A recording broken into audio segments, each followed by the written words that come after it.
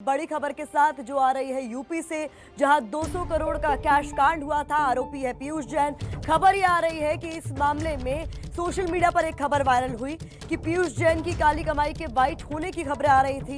इसका अब डीजीजीआई ने खंडन किया है, ये कहते हुए कि इस मामले में कोई भी सच्चाई नहीं है जो खबरें सोशल मीडिया पर आ रही हैं। कहा जा रहा था कि 52 करोड़ देकर राहत देने की अटकलें थी। पीयूष जैन को राहत दे दी जाएगी, 52 करोड़ देना होगा बस उसके लिए। और इसी को लेकर जो लगातार खबरें उड़ रही थी उस पर सफाई दी गई है जांच एजेंसी की ओर से।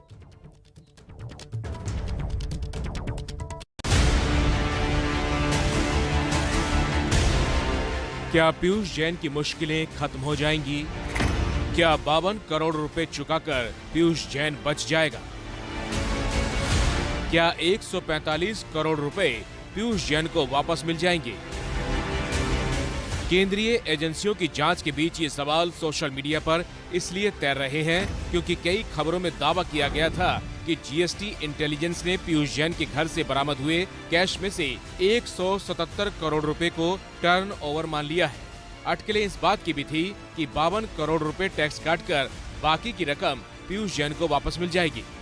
पीयूष जैन की राहत वाली खबरों पर जीएसटी इंटेलिजेंस ने विराम लगाया है और बयान जारी कर कहा, जितना कैश बरामद हुआ उसको एसबीआई की कस्टडी में रखा गया है। विभाग अपनी तरफ से जरूरी कार्रवाई कर रहा है। किसी भी तरह का टर्न ओवर मानकर 52 करोड़ रुपए का टैक्स चुकाने की बात सही नहीं है। डीजीजीआई अधिकारी भले ही इस बात का खंडन कर रहे हों, लेकिन अटकलों का बाजार भी डीजीजीआई अधिकारियों की गलती से ही गर्म हुआ।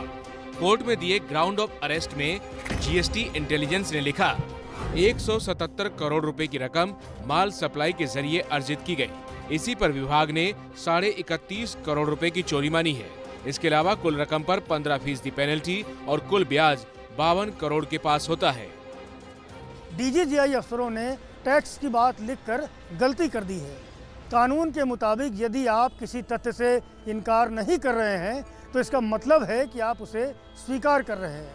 यानी पीयूष जैन के किए गए दावे से इनकार करने के बजाय टैक्स चोरी की फिगर कागजों में दर्ज कर डीजीजीआई फंसती नजर आ रही है। खबरों में भले ही पीयूष जैन को राहत की अटकलें चस्पा हो गई हों, लेकिन असल में पीयूष जैन जांच एजेंसियों के सामने मौन वाले मूड में है। पीयूष जैन गुप्त तरीके से नकद में माल खरीद बिक्री की बात तो स्वीकार कर रहा है, लेकिन सप्लायर का नाम नहीं बता रहा।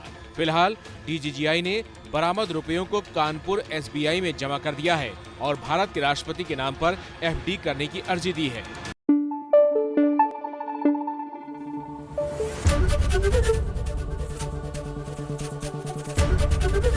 एबीपी न्यूज आपको रखे आगे।